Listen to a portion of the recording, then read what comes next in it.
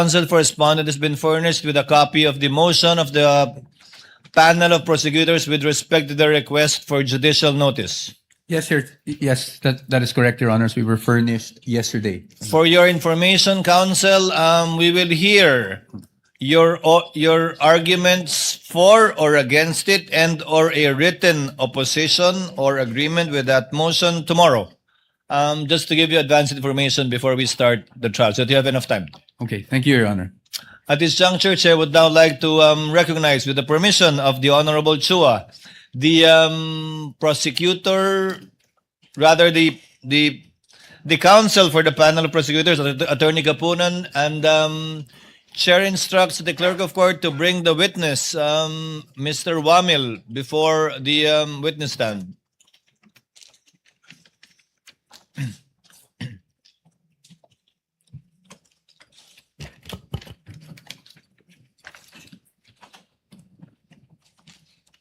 Mr. Wamil, it is understood that you will be continuing with your testimony under the same oath that you had and did yesterday. Do you understand that, sir? Yes, Your Honor. Attorney Kapunan, counsel for the panel of prosecutors, you may continue with your direct examination of the witness, Mr. Wamil of the Commission on Audit. Thank you, Your Honors. To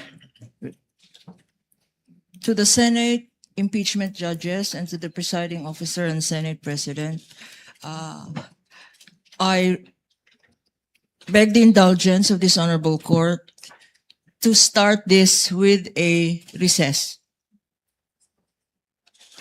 The reason this is necessary, Your Honor, is because yesterday, when prosecution asked for a recess with the permission or consent of the counsel for the respondent, we started to identify and cross-check the 845 acknowledgement receipts. Unfortunately, time ran out, and our assisting counsels only were able to show half of it, Your Honors.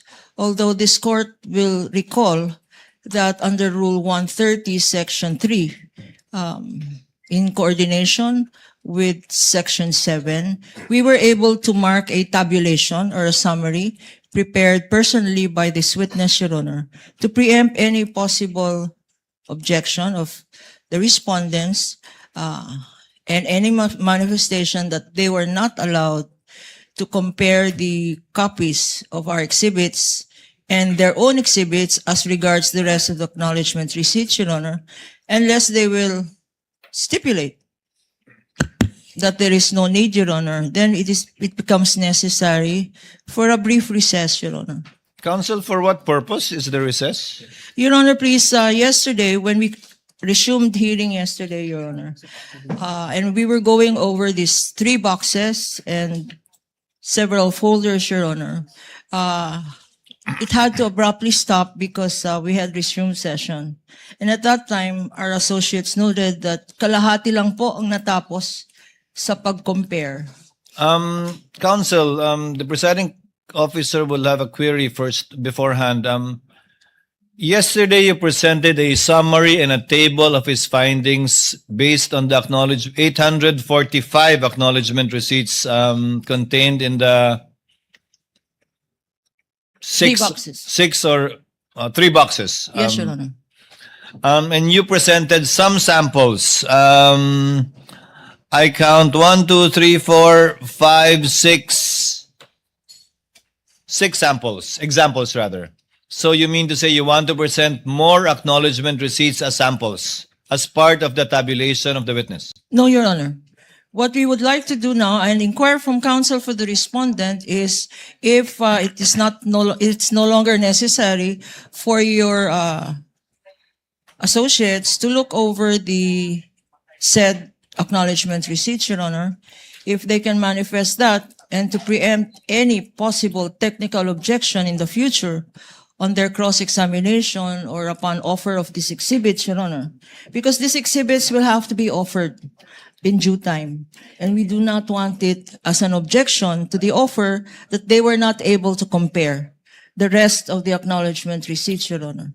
Now, if to preempt that, if counsel is willing to forego with that potential objection, Your Honor, we're ready to proceed. You're talking of only the acknowledgement receipts for the period covering December 21 to December 31, 2022. Yes, Is Your that what Honor. you're referring to? I think I know what counsel for respondent will already say, but yes, counsel for respondent, what is your comment on the manifestation of the counsel for the panel of prosecutors? Your Honor, we haven't stipulated on anything, so I don't see why there's a need to compare, actually. We haven't stipulated actually- on anything. Actually, Attorney Kapunan, counsel for the respondent already said yesterday that just subject to cross insofar as the non-stipulated matters is concerned. That's correct. The counsel for respondent stipulated on everything you asked for in your list of documents except for that. Except for the acknowledgement receipts for the period covering December 21 to 31, 2022.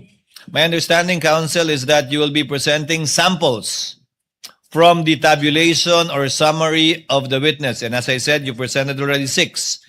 You may proceed to present samples or examples under each category of his table without prejudice, however many they may be, subject to your call and discretion, given the refusal to stipulate by the counsel for respondent, which is, of course, they would be well within their rights not to do so, given their own legal theory of the case.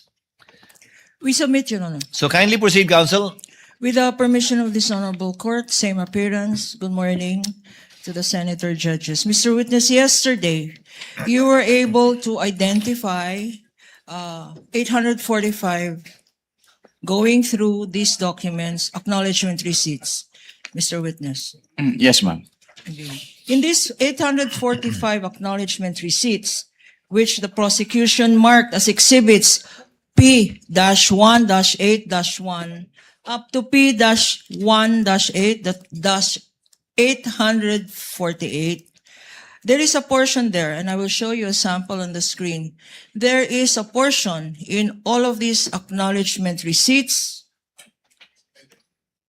At the bottom thereof, there is a signature in the phrase certified true copy. Can we present this witness with a sample acknowledgement receipt?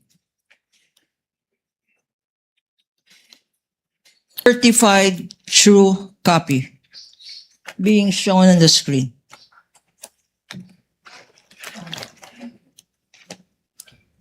Mr. Witness, can you read? Yes, ma'am.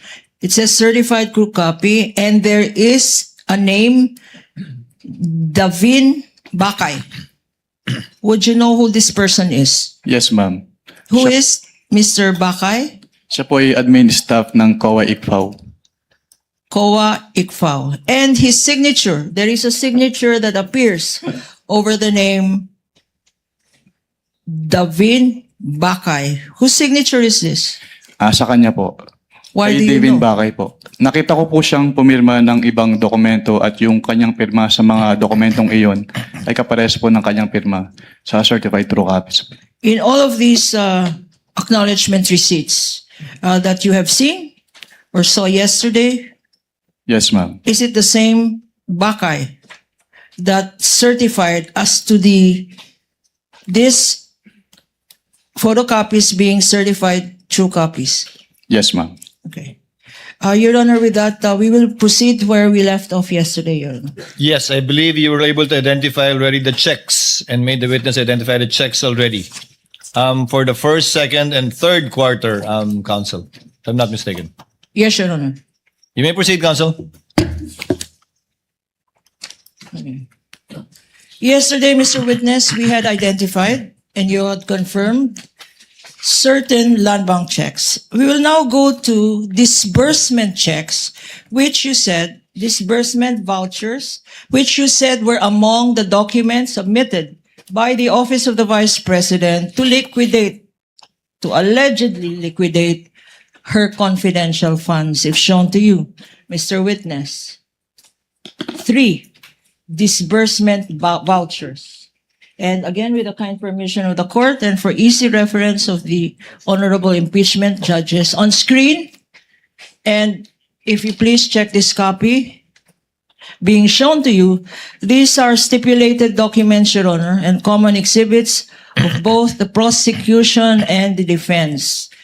For the prosecution, there is a disbursement voucher dated January 31, 2023, Exhibit P-1-10-B, shown on the screen.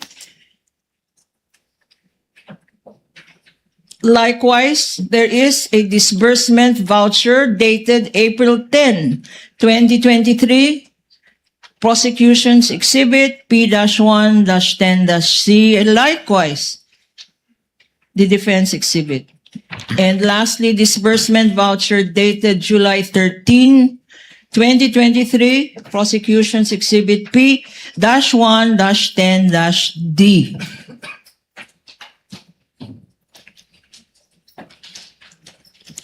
Mr. Witness, With the sinabi, indulgence of counsel, just for the record, the same pieces of evidence identified by the counsel for the panel of prosecutors are also marked respectively as D-133-OVP, D-1-57, rather 33 OVP, D-1-57 OVP, and D-1-82 OVP for the respondent. Counsel may proceed. thank you, Your Honor. Now, Mr. Witness, sinabi mo kahapon na itong mga disbursement vouchers ay sinubmit ng Vice President mismo, ng office niya. Yes, ma'am. Okay. Pakisabi sa atin, ano ba ang significance nitong mga disbursement vouchers na nakikita natin sa screen? Ang significance po ng disbursement voucher na ito po kasi yung mag-initiate nung kanilang pag-process nung cash advance. At dito rin po nagsicertify yung various signatories nung disbursement voucher. Ang disbursement voucher, sinabi mo, dito nag-uumpisa ang proseso?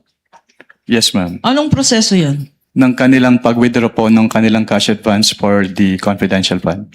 Okay. Withdrawal ng cash advance para saan periods? There are 3 disbursement vouchers shown on the screen and which you had identified. For clarity, ano ang mga periods na kino-cover nitong disbursement vouchers na to? Based on these disbursement vouchers po, ang period covered ay yung first DV, first quarter of 2023, yung second DV, second quarter of 2023, at yung third DV po ay third quarter of 2023. So covered ang 3 quarters ng confidential funds. Based on these No, documents po. Based yes. on these documents. We go now to another set. Oh, there is a signature here. Here in the middle, there appears a signature being flashed on the screen. Nakalagay certified expense, cash advance, necessary, lawful, and incurred under my direct supervision. You confirm, Mr. Witness? Yes, ma'am. Whose signature is this, if you know? This is the signature po of the Vice President Sara Duterte. And why do you know that this is her signature? Because the Office of the Vice President submitted po the specimen signatures of the signatories of their documents, and included in that submission po is the specimen signature of the Vice President, and her signature po on that specimen signatures is the same po with her signature on this document. Okay. Nakikita natin yung 3 signature ng Vice President sa disbursement vouchers na yan.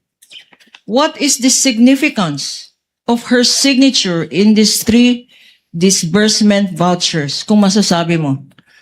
Based on these documents po, sinertify ni Vice President na yung kanyang cash advances ay kailangan na ayon sa batas at na-incur po under her direct supervision. And ano ang observations mo dito sa 3 disbursement vouchers na to?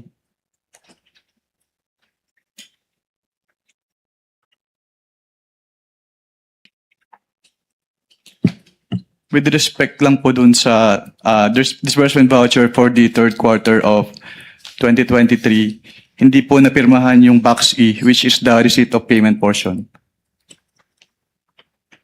Anong significance ng observation mo na to?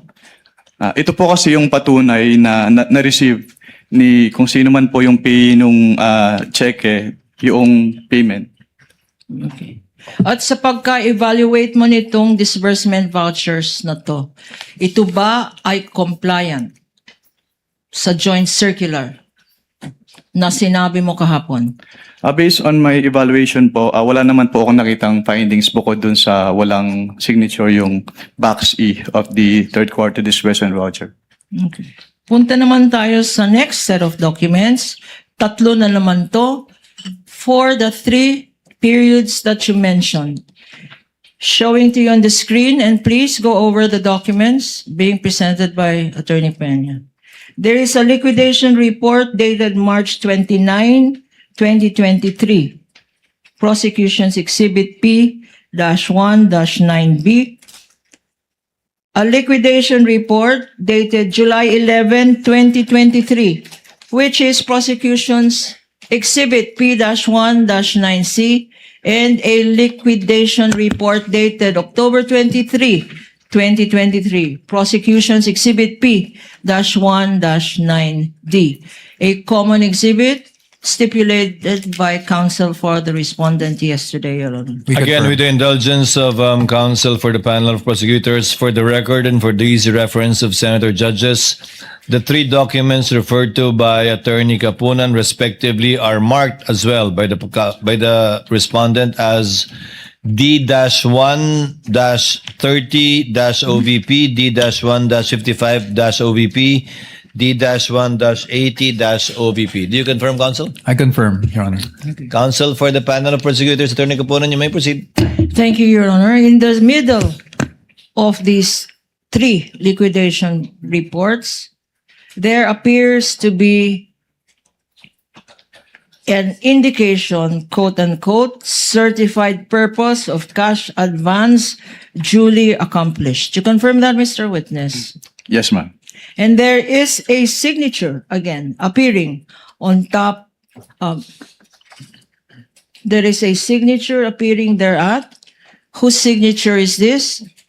This is the signature po of the Vice President Sara Duterte. And you're familiar with this for the same reason, Mr. Witness? Yes, ma'am. Okay. Now, what is the significance of the statement certified purpose of cash advance duly accomplished with the signature of the Vice President appearing in all of these certifications? Based on these documents po, ang significance po nun ay sinertify po ni Vice President na yung purpose ng kanilang cash advances ay na-accomplish po ng agency. And any observations as regards these 3 documents?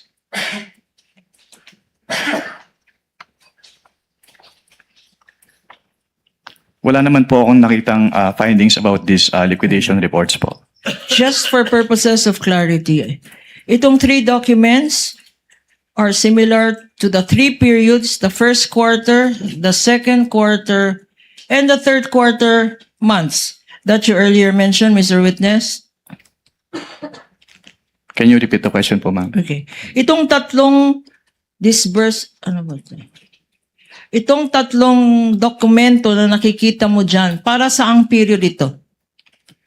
Based on these liquidation reports po, yung first liquidation report, ang period covered ay February 6 to March 29, 2023. Yung second liquidation report po ay April 25 to June 30, 2023.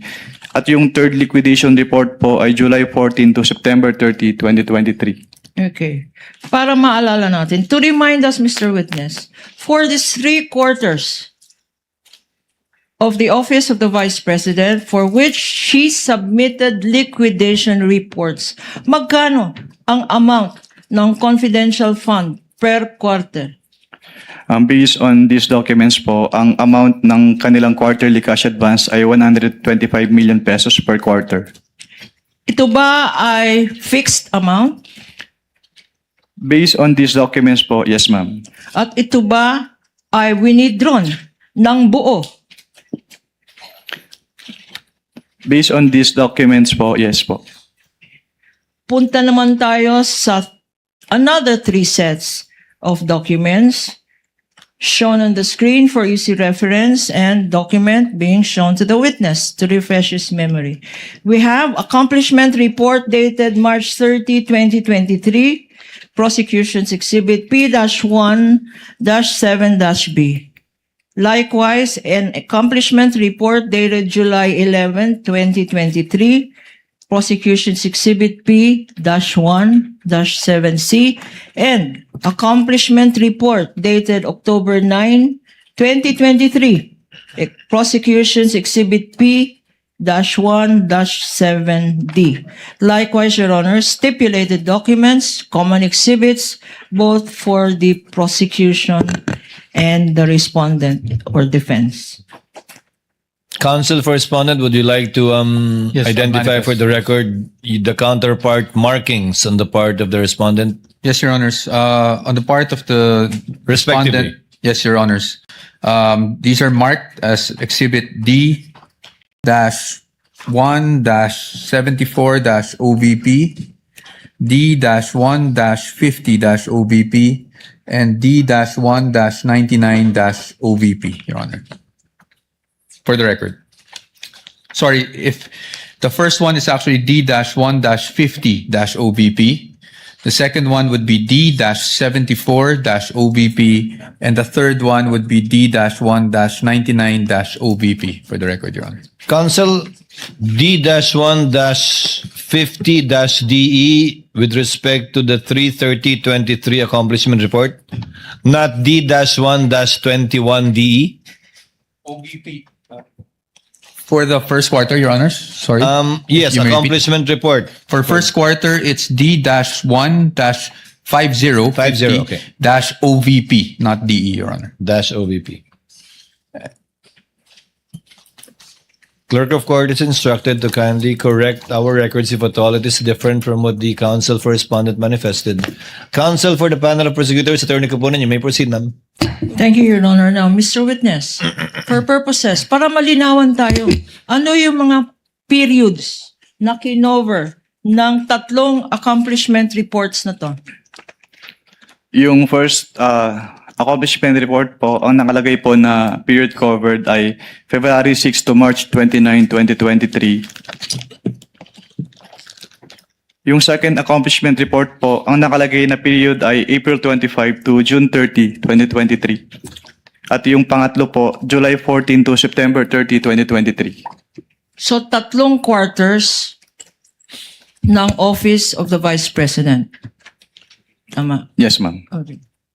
Meron dito, common to all of these exhibits flash on the screen is the phrase approved by. And there is a signature. There is a signature there. Whose signature is this?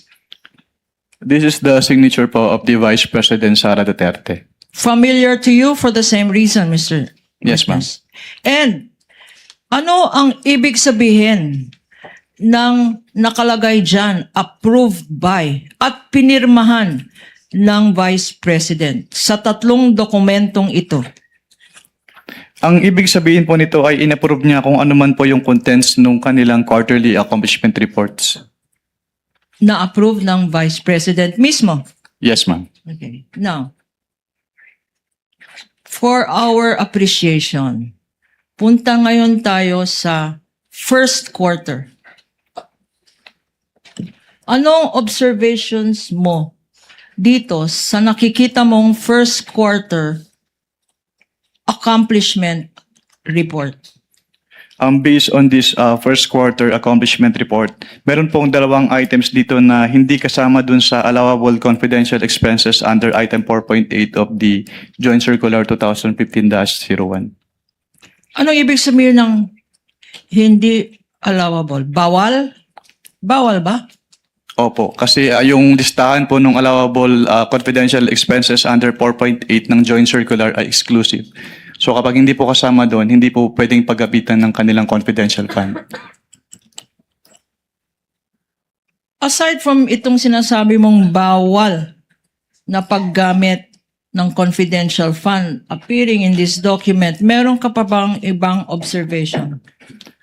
Meron din pong line item for the payment of reward under item B po nung kanilang actual outcome and accomplishment, at wala po silang sinubmit na any document evidencing the success of the information gathering or surveillance activities on account of the information given by the informer as required po under item 4.8.5 of the joint circular. So itong linalagay dyan ng payment of reward, ang sinasabi mo, Mr. Witness, based on the joint circular, violation ba ito? Yes, ma'am, that is a violation po. Bakit ulit violation itong nakalagay dyan?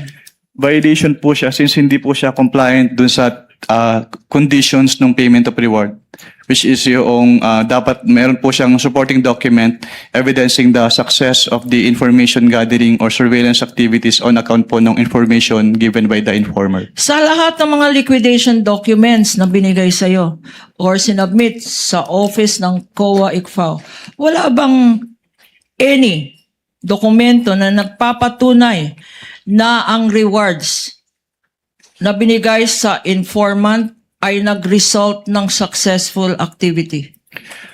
Based on their submissions po, wala po, ma'am. Meron pa bang observation dito?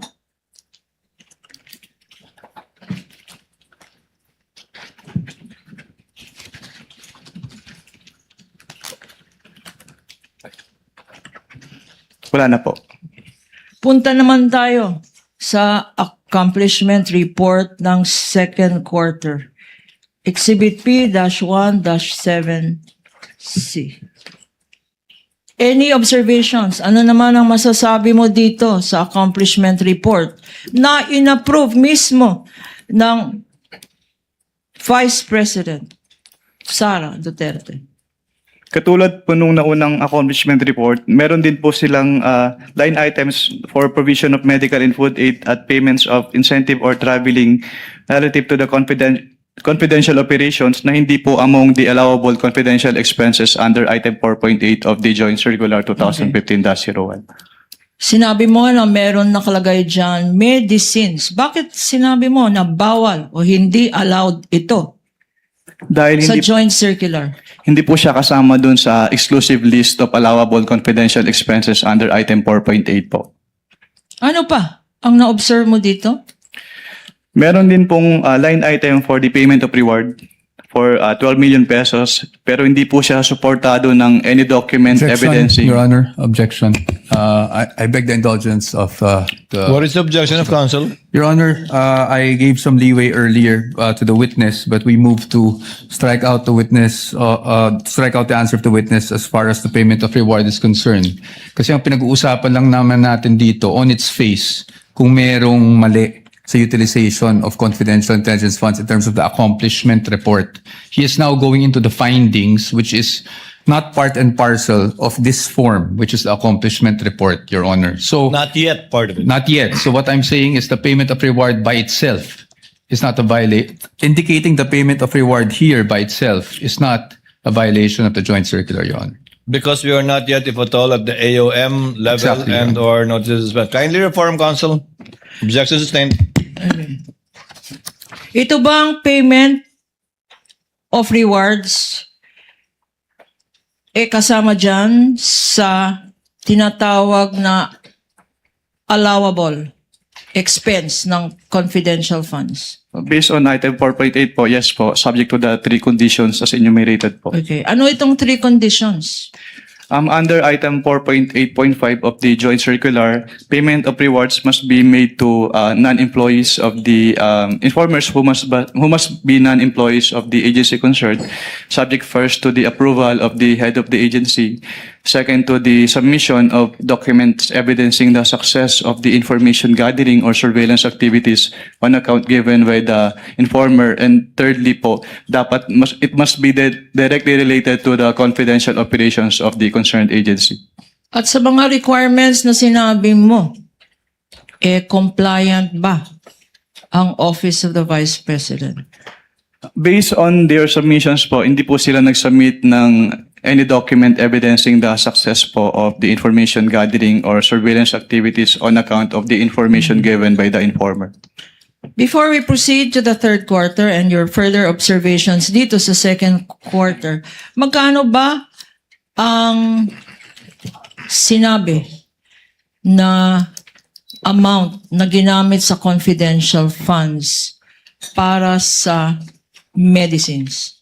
Can you repeat the question po? What quarter po? Okay. Magkano ba, if you know, kasi ikaw nag-evaluate, magkano ba ang ginastos para sa medicines For what quarter po, ma'am? Sorry. for the second For quarter? the second quarter. Based on this accomplishment report po, yung provision of medical and food aid ay nagkaka-amount po ng 40 million pesos. Paano naman yun, Mr. Witness? For what quarter po, ma'am? For the first quarter muna. For the first quarter po, yung kanilang payment of incentives or traveling relative to confidential operations ay 10 million pesos po. 10 million pesos. At again, tanong ko, sa expense na 10 million na yan for traveling expenses, meron bang inattach na mga annexes? Diyan, para explain, paano ginastos? Sa travel ang 10 million, may mga attachments ba? Yung accomplishment report na yan. Wala po silang inattach. Hindi na-explain itong 10 million, Mr. Witness? Walang official receipts attached? Meron ba? Wala pong official receipts na attach. Any other observation sa second quarter?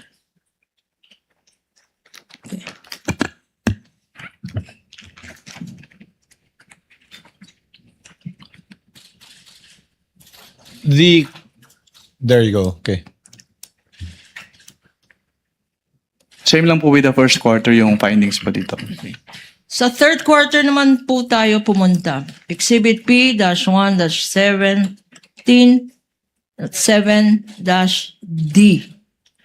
What are your observations? Ano naman ang masasabi mo dito sa accomplishment report ng Vice President?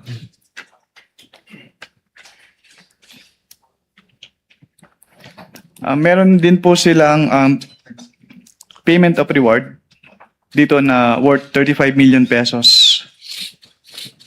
Pero wala po silang inattach na any document evidencing the success of the information gathering or surveillance activities on account of the information given by the informer. Okay. Sinabi mo na walang sinubmit na ebidensya. Wala bang naka-attach dito sa accomplishment report? Wala po, ma'am. Okay. Walang report on success of the surveillance activity? Wala po. And, sa pagkaalam mo, and based on your evaluation of the provisions of the joint circular, compliance audit ito, compliant ba ito?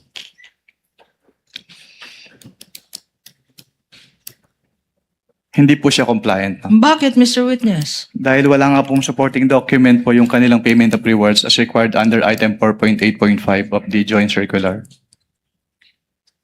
Sinabi mo 4.8 ng joint circular. Ito ba yung pinakita mo sa impeachment court kahapon? Yung 4.8 na yan. Yung provision? Isa po siya sa pinakita kahapon. Okay. Ngayon, magkano naman? Magkano yung item na yan sa third quarter report? For the third quarter po, ang amount ng kanilang payment of rewards ay 35 million pesos. 35 million pesos. Para sa isang quarter lang. Yes, ma'am. Para sa third quarter. Okay. Thank you, Mr. Witness. Punta naman tayo sa next set of documents na sinubmit rin ng Office of the Vice President para i-liquidate yung kanyang confidential funds for the first, second, and third quarter. I refer you now, flashed on the screen and being shown to you, are certifications submitted by the Office of the Vice President. Unang-una, certification of the Office of the Vice President dated March 30, 2023, Exhibit P-1-6-B. Pangalawa, OVP certification dated July 11, 2023, which is Prosecution's Exhibit P-1-6-C. At pangatlo, OVP certification dated October 9, 2023, Exhibit P-1-6-D for the prosecution stipulated upon by the respondent and likewise part of their defense exhibits. Yes, we confirm, Your Honor, and we would like to manifest that for the first quarter certification, that is marked as Exhibit D-1-34-OVP. Second quarter, that is Exhibit D-1-58-OVP. And for the third quarter, it's D-1-83-OVP for the defense, Your Honor. And your documents are certified true copies, counsel for respondent. That is correct, Your Honor. Counsel for the panel of prosecutors may proceed. Thank you, Your Honor. Now, please look at these certifications. Meron nakalagay dyan sa bottom ng page, attested. Anong ibig sabihin ng attested? Ang ibig sabihin po ng attested ay verify at confirm po as true nung signatory dito yung contents nung certification. At sino naman ang signatory na nakikita natin sa dokumentong ito? Based on this certification po, si Vice President Sara Duterte. At siya mismo ang nag-attest na tama lahat ang nakalagay dyan? Based on these documents po, yes ma'am. Okay. And you're familiar with the signature for the same reason, Mr. Witness? Yes ma'am. Ano naman ang mga observations ang masasabi mo tungkol sa tatlong dokumentong ito? Incidentally, Mr. Witness, what periods did this cover again for the record?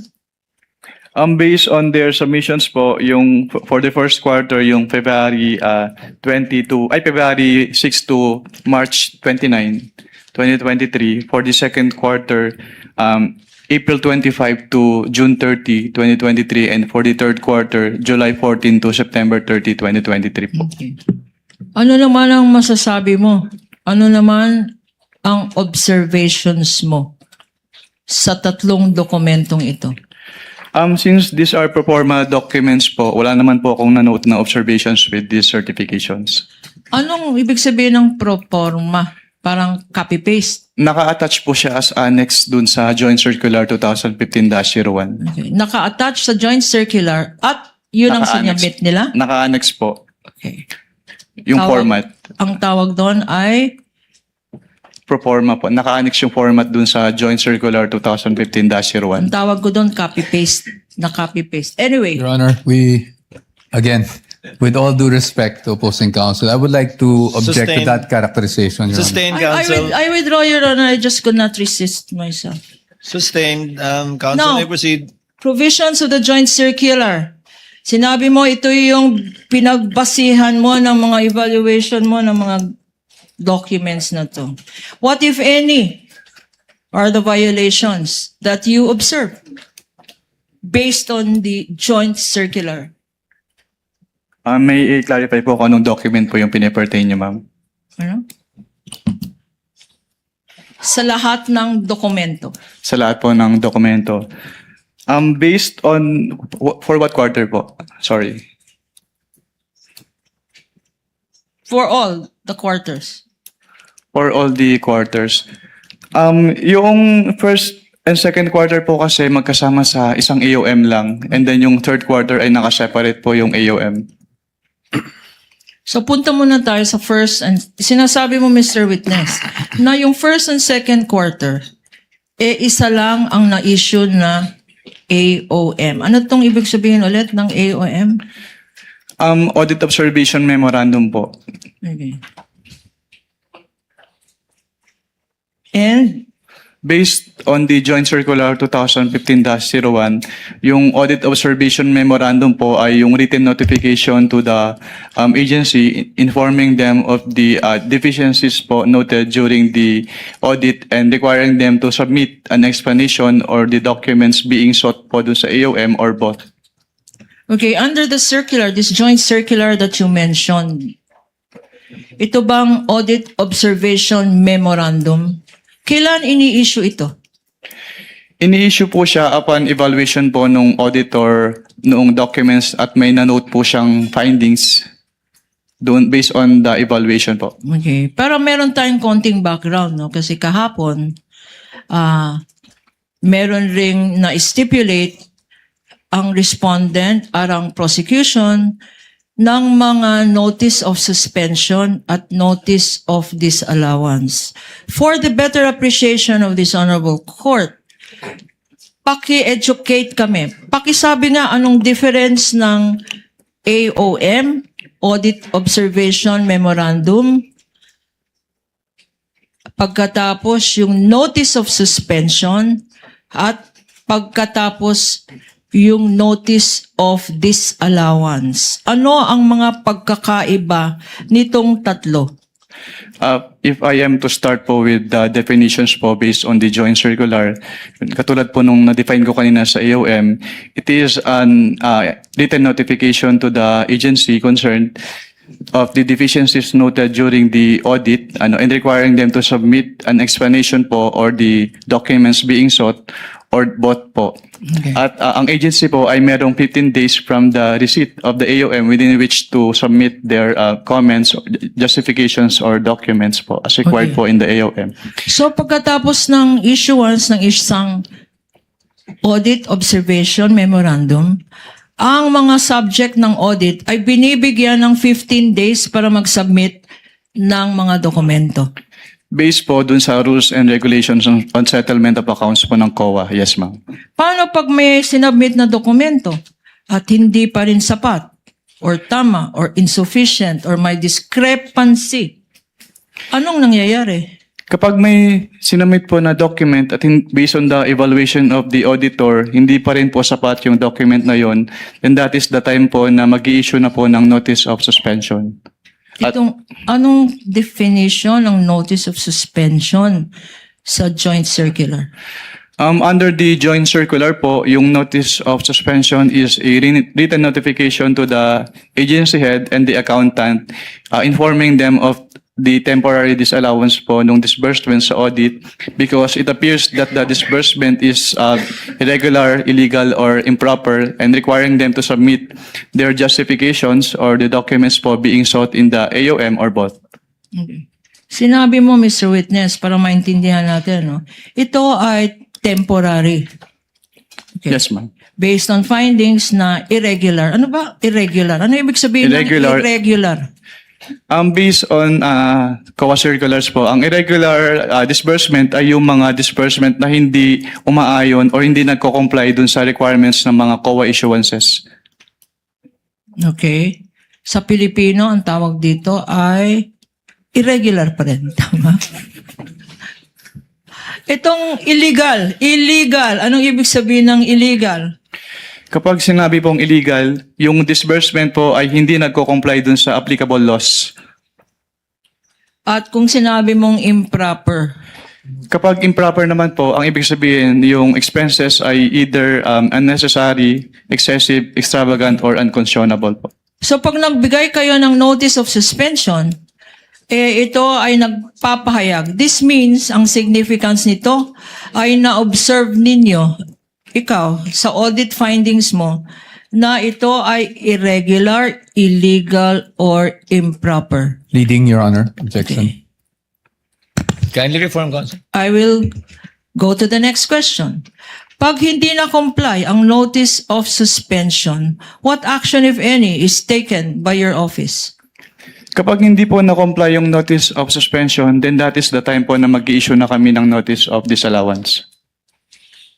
Ano naman itong notice of disallowance? Based on the joint circular po, yung notice of disallowance ay yung written notification to the agency head or the accountant informing them of the disallowance nung disbursement and requiring them to restitute the amount po nung disbursement because yung disbursement ay illegal, improper, or irregular.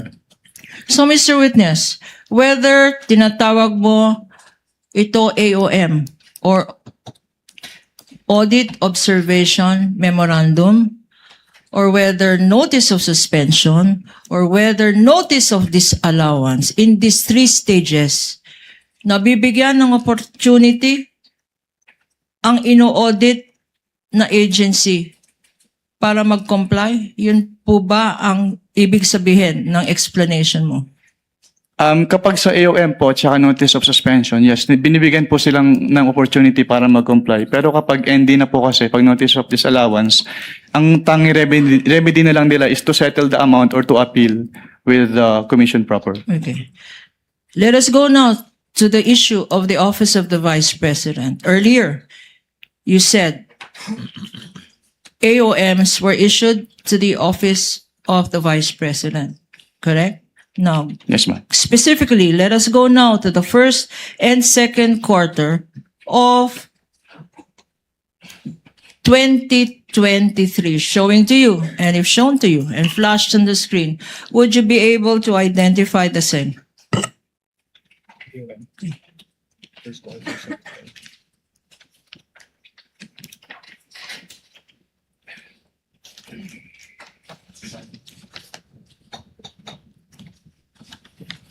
Yes, ma'am. Your Honor, please, for purposes of identification, this again is a stipulated common exhibit. This AOM dated February 1, 2024, corresponding to the first and second quarters, have been identified as Exhibit P-1-12-E for the prosecution. Thank you, Your Honor. On the part of the defense, this was pre-marked as D-1-105-OVP for the information of the Honorable Court. Noted, Attorney Kapunan, may proceed. Please look at this AOM and refresh your memory. What, Mr. Witness, did you observe from this AOM? Yung findings po or observations namin, una po, hindi po nag-submit ng documentary evidence of payments si OBP for the first and second quarters of 2023. Pangalawa po, based on their accomplishment report, meron kasing nakalagay as payment of rewards pero wala pong sinubmit si OBP na any document evidencing the success po, which is in violation of the item 4.8.5 of the joint circular. Your Honor, for the better appreciation, Your Honor, and with your permission, this is being flashed on the screen. The findings made are boxed in red, Your Honor. So yung second finding mo, una, ulitin natin. Yung una po ay walang sinubmit na documentary evidence of payment si OBP for the first and second quarter of 2023. Ano pa? Pangalawa po, dahil may line item for the payment of rewards sa kanilang accomplishment report, wala po silang sinubmit na any document evidencing the success of the information gathering or surveillance activities on account of the information given by the informer in violation po ng item 4.8.5 of the joint circular. Meron mga, before you go to your next observation, Mr. Witness, meron mga amounts stated dyan. For the record, can you read these amounts and what periods they correspond to in terms of payment of rewards? Based on this AOM po, yung 15 million pesos ay binayad as payment of reward noong February 6 to March 29, 2023. At yung 12 million pesos naman po ay binayad as reward noong April 25 to June 30, 2023. And nakalagay dito, non-compliant with item 4.8 from 0.5.b of the joint circular. Why is this non-compliant based on your submissions in your AOM? Yung item 4.8.5.b po kasi, yun yung documentary evidence o yung document evidencing the success of the information gathering or surveillance activities. Pero since wala po silang sinubmit na document na yun, hindi po nag-comply yung kanilang payment of rewards dun sa requirements ng joint circular. Para maintindihan natin, kasi medyo technical to, no? Ano yung evidence of success? Ano ang kino-consider ng office mo na evidence of success? Actually, based dun po sa joint circular, walang any specific document na na-mention. Pero kasi ang tinitingnan po namin is dapat merong causal link yung surveillance activity, yung successful surveillance activity or information gathering at saka yung information given by the informer. Hindi ba confidential itong information na rini-require niya? Confidential ba to? Yung tinatawag mo na causal. Cause at saka effect. Yes, ma'am. Hindi ba yan? Is that confidential information? Since yun po yung requirement ng joint circular, kailangan po nilang i-comply po. Necessary ba ang... Ano ang... No, I will reform. Next question, Mr. Witness. There is a box here in paragraph 3. What is this all about? What box po? The Sa one being report? shown? Ano ang nakalagay dito? Nakalagay sa paragraph 3 that the amount with reference to medicine and food aid. Please look at your notes and tell us the significance of these findings. Nakalagay po dito sa number 3 na merong items for the provision of medical and food aid at payment of incentives for traveling relative to the confidential operations ng agency doon sa kanilang first and second quarter accomplishment reports. Okay. Meron mga amounts indicated dito. Pakibasa. Yes, ma'am. For the accomplishment report for the period February 6 to March 29, 2023, Magkano ito?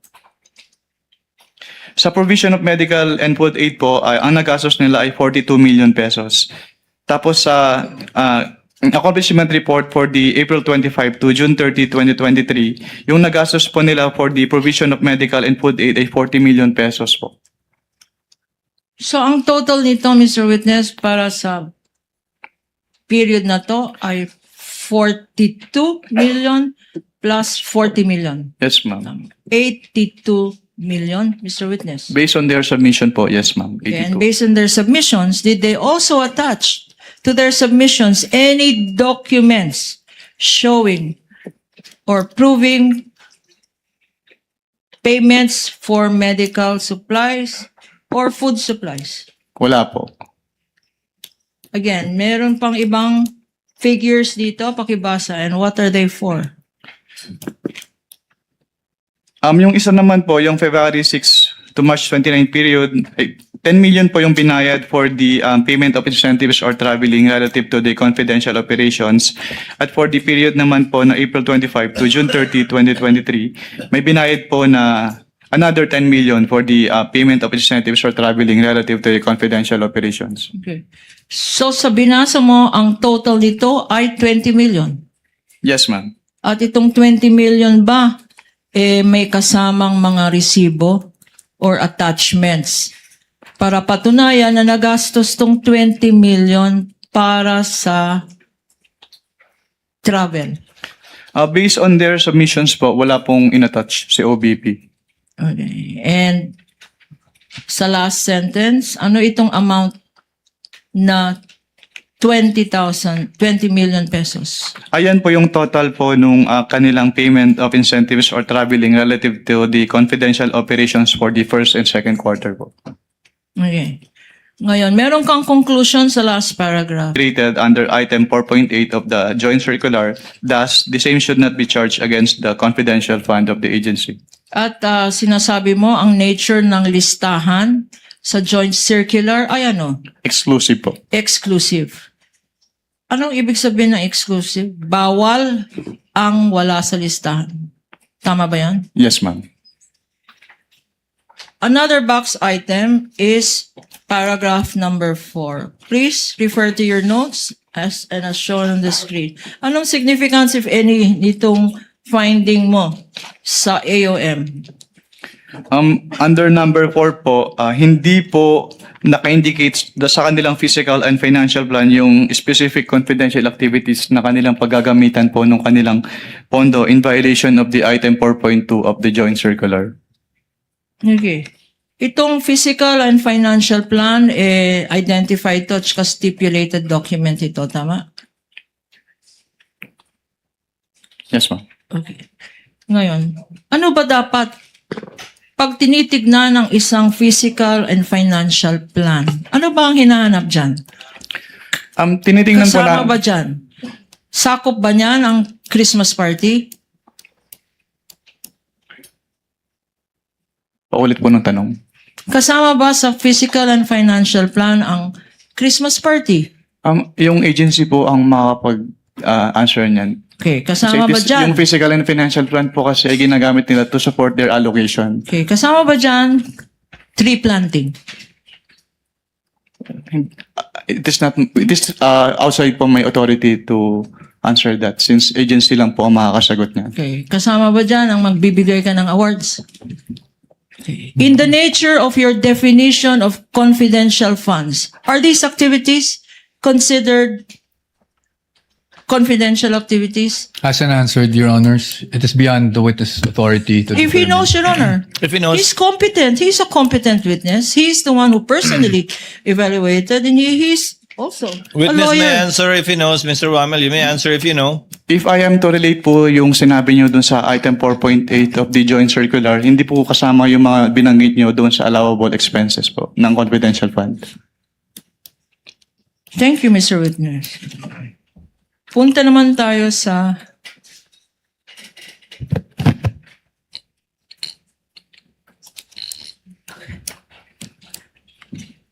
itong AOM, Audit Observation Memorandum, ang exhibit number ay, for the record, P-1-12-E.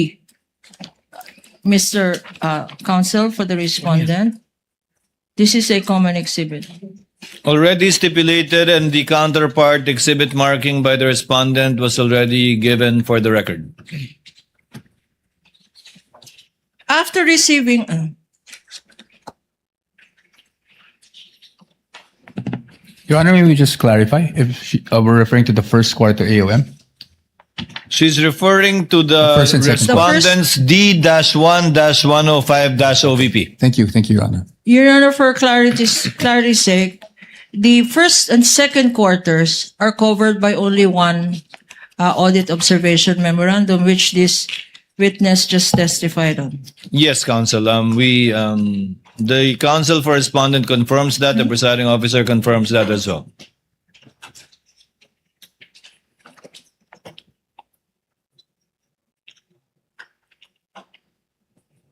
What other liquidation documents, Mr. Witness, were submitted to you for the Office of the Vice President? We now go to the third quarter. No.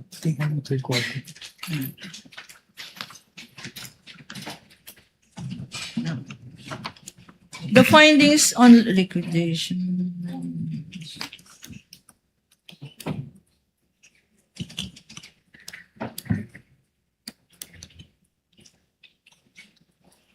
Mr. Witness, what were your findings? Because this covered the first and second quarter. Ano naman ang findings mo tungkol sa third quarter Sa ng Office of the Vice President? Sa third quarter po ng third quarter cash advance and liquidation po ng Office of the Vice President, ang naging findings po doon ay una, hindi nag-submit si Office of the Vice President ng kanilang documentary evidence of payments para sa kanilang third quarter liquidation, which is violation po nung item 4.12 of the joint circular. Yung kanilang accomplishment report ay merong payment of reward. Pero hindi po siya substantiated ng any document evidencing the success of the information gathering or surveillance activities on account of the information given by the informer, which is in violation of the item 4.8.5b of the joint circular. At pangatlo po, Your Honor, may I be allowed po to refer to the AOM for the complete With the permission of the presiding enumeration po of the findings. May the witness refer to his notes to Counsel, refresh his memory. Maybe just clarify on this matter, just a brief, because yes, what is the comment of counsel yesterday, correspondent? I remember that the witness was only in ICFAO until February 2024. Is that correct? Maybe check the record if that is correct. Yes, Your Honor. 2014 to 2024. That's what he said. Okay, so this AOM for the third quarter was issued August 8, 2024, Your Honor. So he is referring to something that he has no personal knowledge of. What month did you leave? What month did you leave COA ICFAO, Mr. Romil? February of 2024 po. Your Honor, please, this is preliminary. We would have, if we were allowed to continue with this questioning, Your Honor, that this witness will attest to the fact that he was the one, before he left, he prepared a draft of an AOM for the third quarter. And if I may be allowed, maybe counsel will see the relationship of my question to Then This AOM. witness, kindly not refer to an AOM. If indeed you prepared a draft, as you will testify on later, you can refer to your notes, but not the AOM. My apologies po, Your Do you Honor. have notes pertaining to the draft you prepared, pertaining to the supposed AOM issued after you left COA ICFAO? I don't have my notes po with me. Pero I can give po yung the additional audit observation po based on my draft po na sinabit sa ICFAO. May we see the draft, Your Honor, before he Do you gives have his a copy of the observations? draft, Counsel, Mr. Romil? I do not have the copy of draft po with me. Nasa we file po object, siya ng Your Honor. ICFAO. Counsel, Attorney Caponan, do you have a copy of the draft? Will you be marking it? No, Your Honor. We are not marking a draft. We are just eliciting from this witness testimonial evidence that before he left, he did prepare a draft which he turned over to his successor in the position, Your Honor. And this will be testified to by our next witness, Your Honor. But witness is not allowed by the court to refer to the AOM issued after he already left the office. If he did not bring his notes, then he cannot refer to any other document while he is testifying. We submit, Mr. Subject to those conditions, counsel may proceed. Your Honor, please, we have finished with the Office of the Vice President for the last quarter of 2022, the first, second, and third quarter, and all the liquidation reports submitted by the respondent Vice President to the COA ICFAO office, Your Honor. We will now go to the Department of Education. And for this, Your Honor, can I ask for a 1 minute recess so I can confer? Just 1 minute, Your Honor. 1 minute recess is granted. Quarter 1, quarter 2, and quarter 3 for 2024. Mr. Witness, again, to refresh your memory, what periods do these quarters cover? We are now talking about the Department of Education. Based on their submissions po to the ICFAO, yung first quarter po, ang coverage po nun ay February 20 to March 30, 2023. Yung second quarter po ay April 20 to June 29, 2023. At yung third quarter po ay July 12 to September 29, 2023. Okay. And the Department of Education, Mr. Witness, please confirm whether or not they submitted documents by way of liquidation for their confidential funds. Yes, ma'am, they submitted po. And can you refresh your memory? How much did the Department of Education receive by way of confidential funds for each quarter? Ang kanilang confidential fund po for each quarter ay 37.5 billion pesos. 37.5 million, a fixed amount? Yes, ma'am, per quarter. And were these amounts withdrawn in full? Yes, ma'am. And Based you on are- based on the documents po na binigay nila sa amin. Let us now go to these documents that you said were submitted to your office. Who submitted this? The Department of Education po. Okay. Now, if you are shown one of these documents, which is a fiscal financial plan for the first to the third quarter of 2023, previously marked as Exhibits P-1-18-A-3, P-1-18-A-B, and P-1-14B. For easy reference, Your Honor, this document stipulated and common exhibit also with the defense, Your Honor, is being shown to the witness and flashed on the screen. Correct, Your Honor. And the On the defense, part of the respondent? on the part of the respondent, these are exhibits D-1-20-DE. Next is D-1-50-DE. And D-1-74-DE. 74, not 79. 74, Your Honors. Okay. Counsel may proceed. Mr. Witness, these documents that you're seeing now, there is an annotation approved by. What does approved by mean? Ang ibig sabihin po ng approve by ay inapprove po nung signatory dito sa box na ito yung contents of the fiscal and financial plan. And this is in all three documents, Mr. Witness? Yes po, ma'am. Okay. There appears to be a signature in these three documents. Whose Assisting signature counsel are for both these? parties may approach the witness and compare the documents they possess. Please go over these documents and tell us whose signature is this?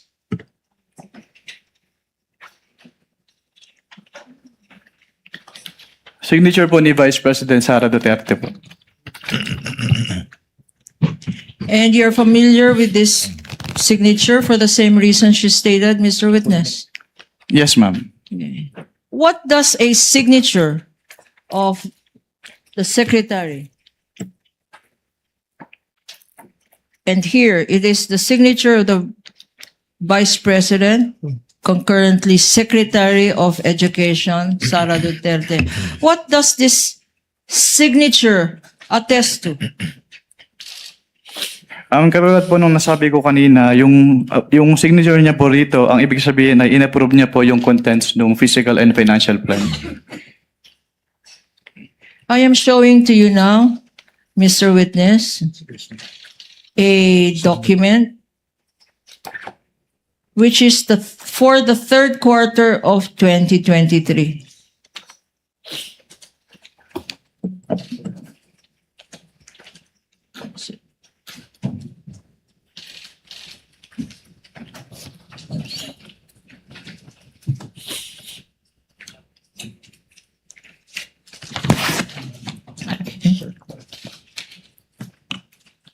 And this is part, as we can see on the screen, this is a part of Exhibit P-1-14-B. Please, for the record, tell us your observations. For the third quarter, for the first, second, and third quarter, as appearing in this exhibit and in the notes or the documents you're looking at. There is here, can you read? Physical target. Can you read the first column? Your Honor. Counsel for Just a respondent. quick interjection, again with the due indulgence and I think the patience of opposing counsel. But if we're talking about the third quarter fiscal and financial plan, I just wanted to confirm that you were still there when you received these documents, correct? Yes, sir. Yes, okay. That's all. That's all. It was submitted July 3, Yes. 2023. Just wanted to confirm that. Noted, counsel for the panel of prosecutors, Attorney Kapunan, you may proceed. What observations have you made or did you make as regards the first quarter submission in the physical and financial plan of the DepEd? Dun sa kanilang physical and financial plan for the first quarter, hindi po naka-indicate yung kanilang specific confidential activities na pagbabasehan po ng kanilang disbursement from the confidential fund. Nakalagay sa first column, counter-insurgency programs.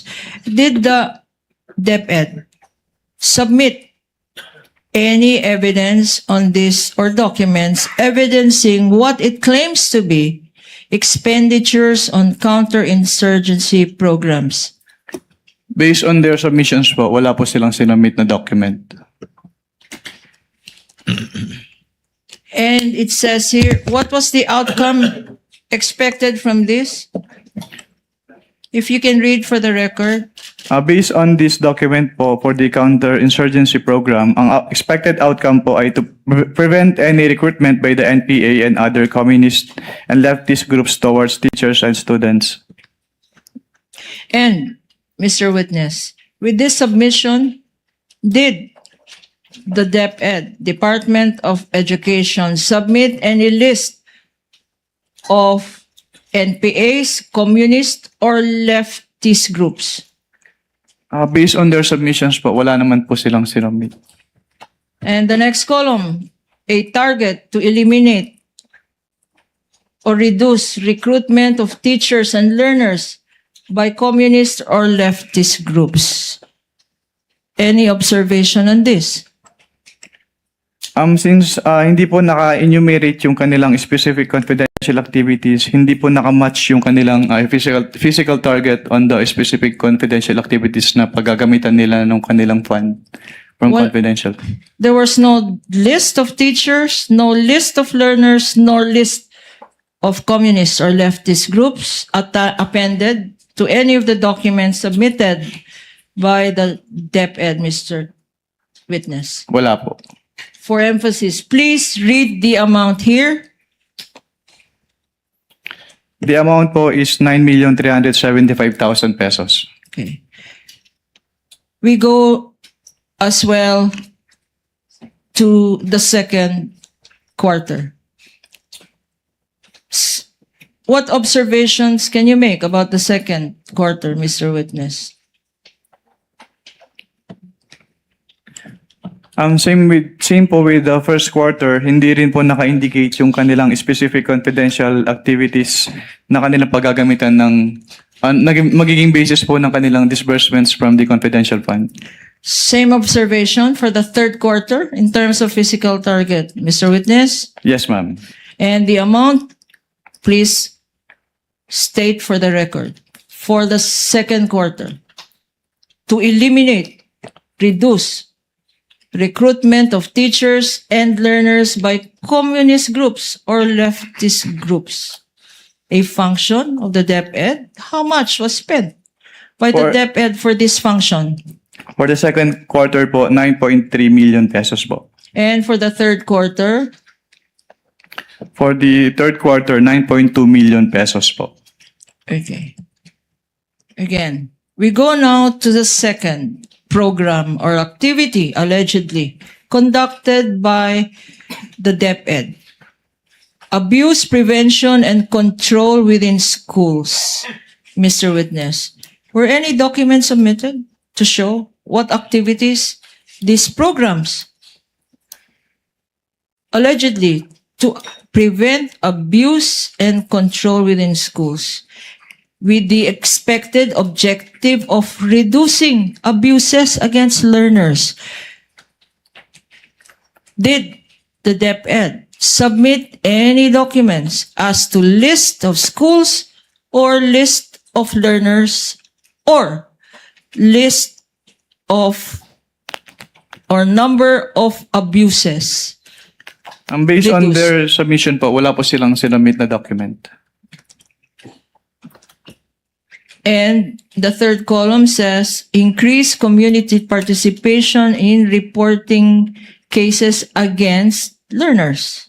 You confirm that, Mr. Witness? Yes, ma'am. Based on And the this same document is po. true for the second quarter and the third quarter, Mr. Witness. Based on this document po, yes, ma'am. Okay. How much was spent on this activity to increase community participation? For the first quarter, For the first quarter po, 10 million pesos. And the second quarter? For the second quarter, 10,075,000 pesos po.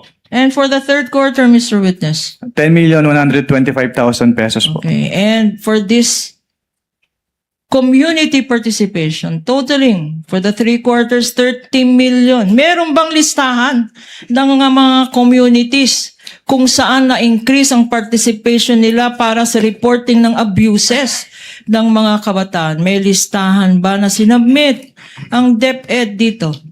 Wala po silang sinamit na listahan. Para sa 3 quarters, Mr. Witness? Yes, ma'am. Okay. Punta naman tayo dito sa number 3. Nakalagay dito, anti-illegal activities operations.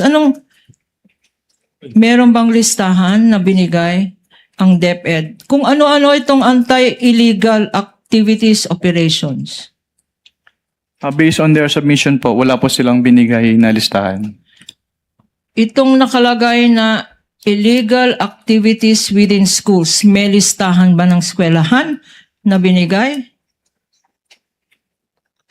Wala po silang binigay na listahan. May linagay ba na ano-ano ang tinatawag ng DepEd na illegal activities?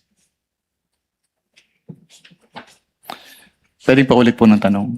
Yung mga activities na sinabi dito sa exhibit, may listahan ba kung ano yung illegal activities na gustong eliminate ng DepEd? Wala po silang binigay na listahan. Okay, sa third column, nakalagay, increase and heightened conduct of surveillance activities to prevent illegal activities. Again, Mr. Witness, may listahan ba or document ang sinubmit ng DepEd para patunayan na ginastos nga ito? Wala po silang sinamit. And your observation is likewise the same, Mr. Witness, for the second and third quarters? Walang submission na binigay. Yes, ma'am. Okay. Pakibasa ang amounts involved dito. For the first quarter, ang amount ay Anong item po, ma'am? Number 3? number 3, yung tinatawag na anti-illegal activities operations. Magkano? Magkano ginastos ng DepEd? For the first quarter po, 9 million pesos. For the second quarter, 9.1 million pesos. And for the third quarter, 9,140,000 pesos po. Ano ang arithmetic nun? 9 times 8, almost 30 million. 27 million, 27 million. 240,000 pesos po. Nawala, 27 million, nawala namang kasamang document para sabihin kung ano yung mga illegal activities na yan. Lastly, Mr. Witness, anti-extremism at terrorism programs. Extremism and terrorism programs ng DepEd. Anong ibig sabihin nito? Nakalagay dito sa second column, Your Honor, pakibasa. Your Honor Yung will second object column. to the question, anong ibig sabihin? Because obviously this is something submitted by the DepEd and the witness is not competent enough to testify what DepEd meant. Your Honor, I was just reading it. In fact, there is no question on what is this. Then I apologize for that. I just heard anong ibig sabihin. Winidraw ko na yun, Apa, Counsel. sorry. Sa second column, gather information necessary for the implementation of general peace and order. Peace and order within the department. Within the department. Meron bang sinubmit na documents dito, Mr. Witness? Anong document po ulit yun, ma'am?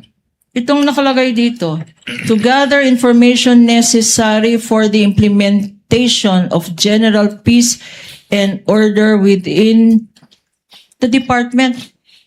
Tama bang basa ko? Hindi within the country. Within their own department.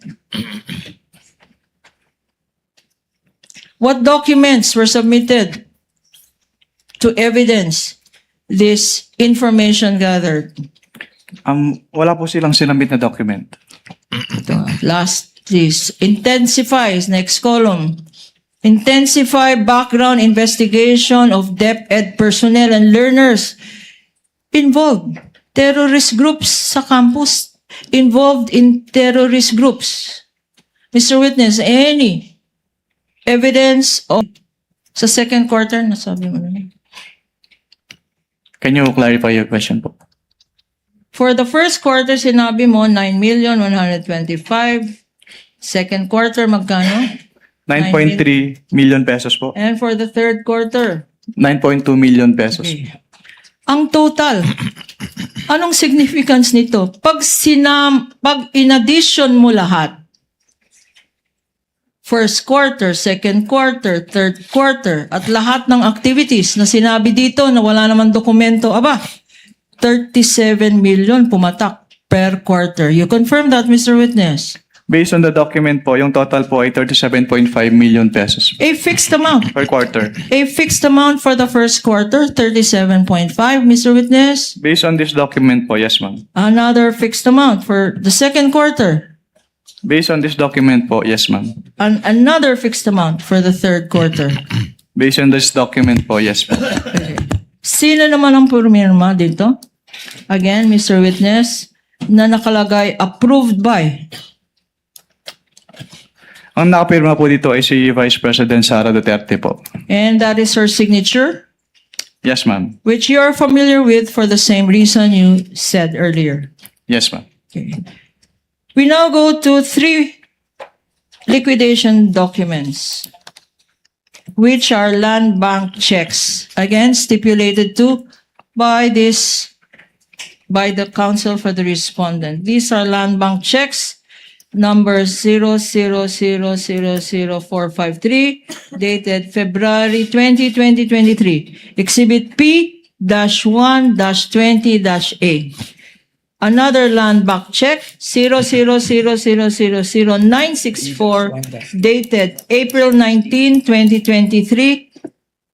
And another land bank check number 000002250 dated 11 July 2023, marked by prosecution success, respectively as Exhibit P-1-20-A, P-1-20-B, and P-1-20-C, being flashed on the screen and shown by Attorney Peña to the witness.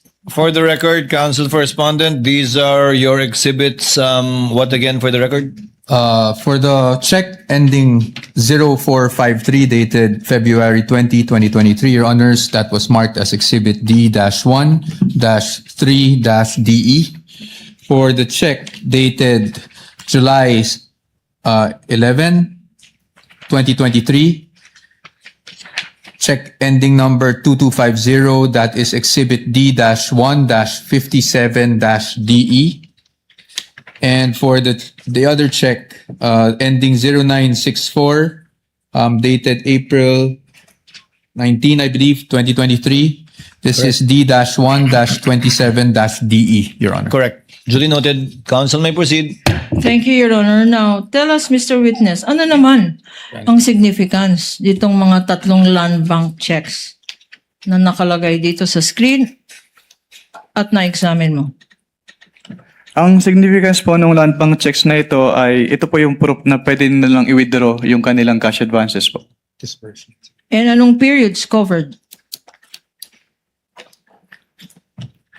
Based on the documents po na mention na pakita earlier, for the first quarter, ang period covered po ay February 20 to March. May I refer po to the documents for the period po, Your Honor? Witness may do so with respect to the, you're referring to the physical and financial plan To the ano po? or to the check? Not the check. To the land bank checks, Your Honor.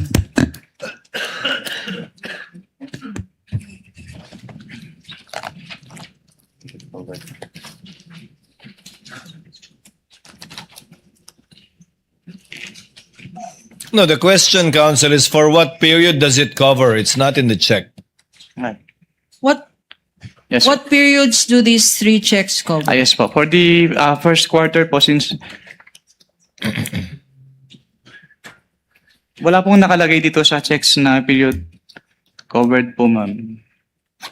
Pero yung first check po is for the first quarter 2023.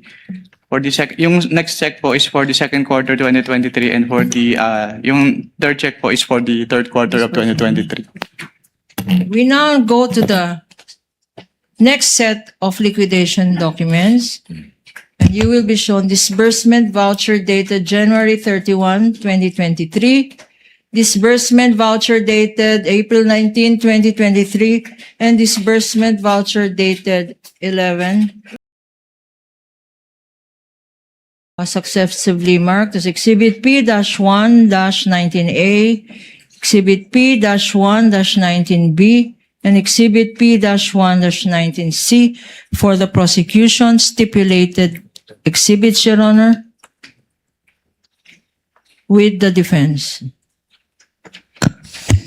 Thank you, Your Honor. On the part of the respondent? On the part of the respondent, it is Exhibit D-1-5-DE, Exhibit D-1-29-DE, and the last one, Your Honor, is Exhibit D-1-58-DE. Noted. Attorney Gabonan, you may proceed. Mr. Witness, for what periods were these disbursement vouchers given? For? Based on these disbursement vouchers po, yung una po ay for the first quarter of 2023, yung pangalawa ay second quarter of 2023, at yung pangatlo po, hindi po nakalagay kung anong specific quarter po.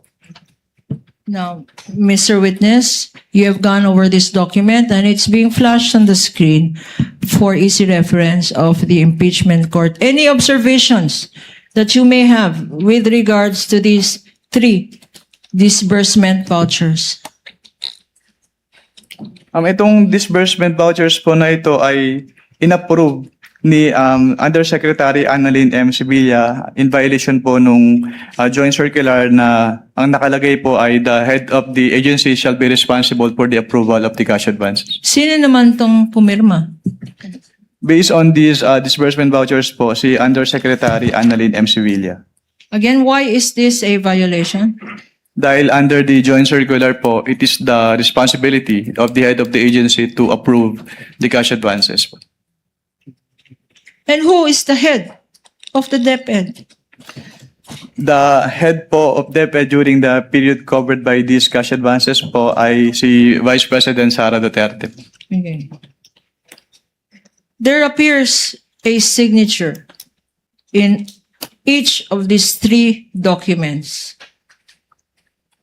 Whose signature are these, if you know? Ito po ay mga pirma ni Vice President Sara Duterte.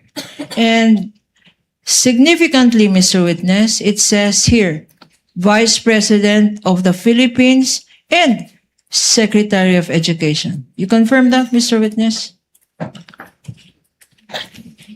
Based on these documents po, yes ma'am.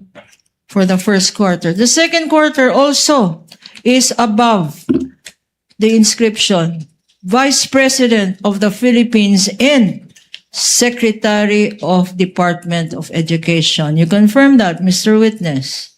Yes ma'am. And for the third quarter, it is signed. Signature, which you identified, is above the annotation, Vice President and Secretary of the Department of Education. Mr. Witness, confirming this? Yes ma'am. And what is the significance, Mr. Witness, of the Vice President concurrently DepEd Secretary's signature to these three documents? Sinertify po ni Vice President Sara Duterte as the Secretary of Education na yung cash advances po ay kailangan naayon sa batas at incurred po under her direct supervision. Can you read from your copy, and it's flashed on the screen, yung particulars nito, above, for the first document, above the signature of the Vice President? concurrently Secretary of Education. Pakibasa kasi What particular box po, ma'am? this first document, What particular box po? the one that says particulars and is above. Pakibasa kasi ang dilim, hindi ko makita. Particulars, first quarter CY 2023 cash advance, payment of allotments under the maintenance and other operating expenses authorized under the page 376 of RA number 11936 of the General Appropriations Act, fiscal year 2023, and section 85, page 778 of the General Provisions FY 2023. Okay, itong binasa mo ng particulars, ito ba ay confidential funds? Hindi po Or naka-indicate. layman's point of view? Ano ang regular funds at ano ang confidential funds? Yung regular funds po ng agency, yun yung kanilang pondo na ginagamit nila for their operations, and yun po. Well, yung confidential fund po, ito po yung specific lump sum ng agency which is to be used for their confidential operations. At pareho rin ang annotation dito sa second disbursement voucher at third disbursement voucher, Mr. Witness, na ito ay patunay na dinisburse ang mga pondo para sa confidential funds para sa operational expenses. Pwede pong paulit po ng tanong. So, ang sinasabi ko, I will reform. So, itong disbursement voucher na nakalagay dito, sinabi mo, when asked, you explained that this appears to be, ito nakalagay dito, a liquidation ng expenses na hindi naman para sa liquidation ng confidential funds. Kasi confidential to ng regular funds niya, tama? Disbursement voucher pa lang po ito. Disbursement voucher pa lang po itong Disbursement voucher, Document. disbursement voucher na sinasubmit para liquidating document para sa confidential fund, Mr. Witness. It is one of the documents po submitted to support the liquidation. At you confirm na nakalagay dito operational expenses. Based on these documents po, maintenance and other operating expenses. Maintenance and other operational expenses. Yung maintenance and other operational expenses ba ay nasa listahan kung ano ang allowed sa joint circular na expenses para sa confidential funds, maintenance, and other expenses.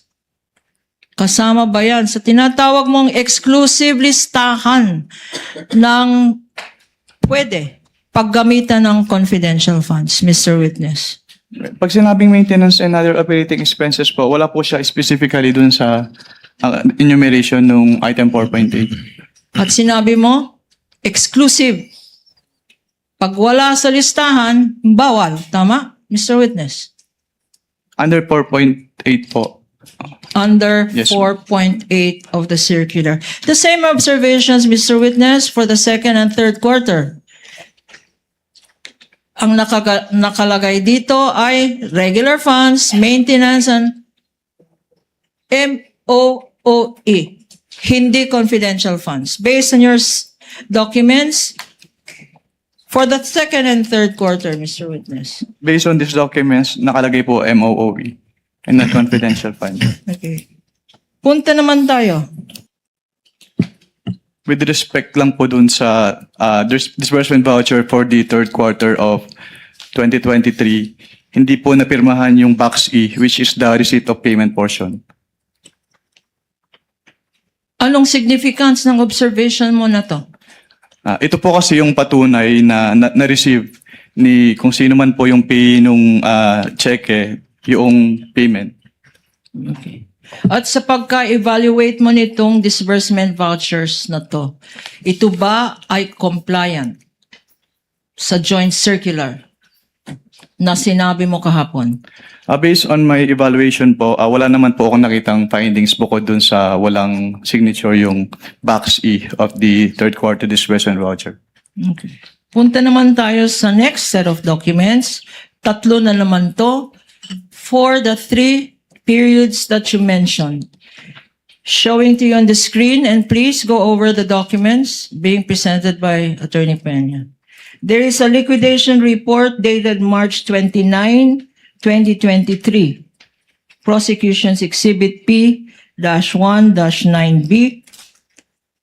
A liquidation report dated July 11, 2023, which is prosecution's Exhibit P-1-9C, and a liquidation report dated October 23, 2023, prosecution's Exhibit P-1-9D, a common exhibit stipulated by counsel for the respondent yesterday, Your Honor. We Again, confirm. with the indulgence of counsel for the panel of prosecutors, for the record and for the easy reference of Senator judges, the 3 documents referred to by Attorney Kapunan respectively are marked as well by the respondent as D